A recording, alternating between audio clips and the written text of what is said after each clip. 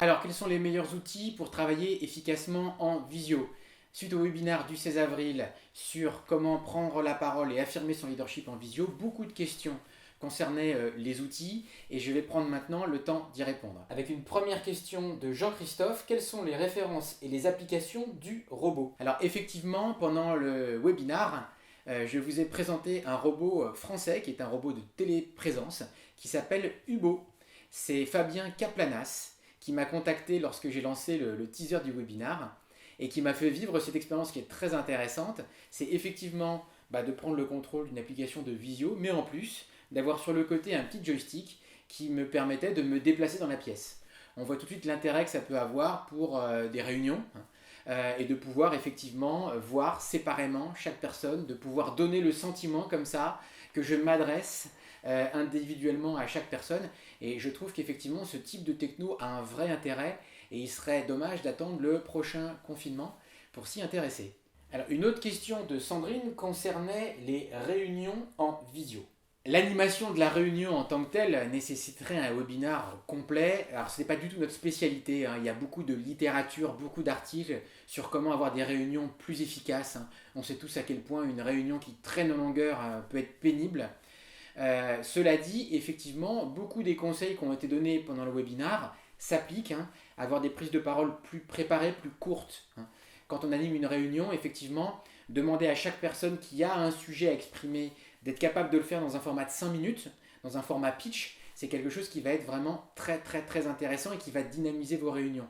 Pourquoi, hein, je le répète? Parce qu'en 5 minutes, vous ne pouvez dire que ce qui donne envie d'en savoir plus. Du coup, effectivement, vous allez susciter des questions qui donneront lieu à un moment d'échange après, mais vous ne polluez pas votre réunion avec des sujets trop éloignés ou trop connexes. Un autre conseil, effectivement, c'est de jouer avec les micros. Pour optimiser la manière dont les gens s'adressent les uns les autres, n'hésitez pas à faire en sorte que l'orateur coupe le micro des autres. Ça demande effectivement à maîtriser un petit peu plus la plateforme de visio que vous utilisez, mais ce sont des choses qui sont parfaitement possibles et qui permettent d'avoir un son qui est plus agréable à écouter et qui permettent de faire perdurer plus longtemps l'attention. Quels outils ou plateformes permettent d'apporter de l'interaction, des quiz, du travail collaboratif et pas seulement des présentations descendantes? Alors l'outil du webinar, nous, c'était Livestorm, hein, qui est un outil de webinar, mais qui a aussi maintenant des fonctionnalités visio, hein. Il faut savoir qu'il y a eu un vrai boom des outils de visio ces dernières semaines, et c'est logique, hein. Alors pour tout ce qui va être plus interactif, de mémoire, hein, alors là j'ai pas d'action, hein, dans aucun des outils dont je parle dans cette vidéo. Maintenant je sais que nous, sur des réunions en présentiel comme en visio, il y a deux outils qui sont fréquemment cités et utilisés. C'est Klaxoon et Bcast. Je ne me souviens plus des contraintes. Moi, je vous conseille d'utiliser celui qui ne nécessite pas forcément un abonnement, à moins effectivement d'avoir une organisation de réunion qui systématise ces outils. Je trouve ça très intéressant, hein, de pouvoir ajouter des quiz, de pouvoir ajouter des questions, de pouvoir avoir des moments d'interactivité, en particulier quand tout le monde ne peut pas se parler en même temps. Je trouve que c'est très très intéressant et ça vous permet d'animer plus efficacement notamment les questions à la fin de la réunion. Comment gérer les questions par chat lors d'une visio? Quand vous êtes en train de parler, tout le monde ne peut pas forcément vous interrompre pour poser des questions, puis de toute façon ce n'est pas forcément une très bonne idée. Donc ça rejoint la question précédente, hein. Ça doit avoir un outil dédié à ça, soit effectivement, hein, quand je parlais de maîtrise de l'outil, de maîtriser la barre de chat qui permet aux gens qui vous écoutent de vous poser des questions. Alors comment le gérer? Comme en présentiel, en gardant du temps pour ça. Il est toujours super important de garder du temps pour les questions et les réponses, parce que c'est comme ça que vous allez vraiment mesurer l'engagement de ceux qui vous écoutent.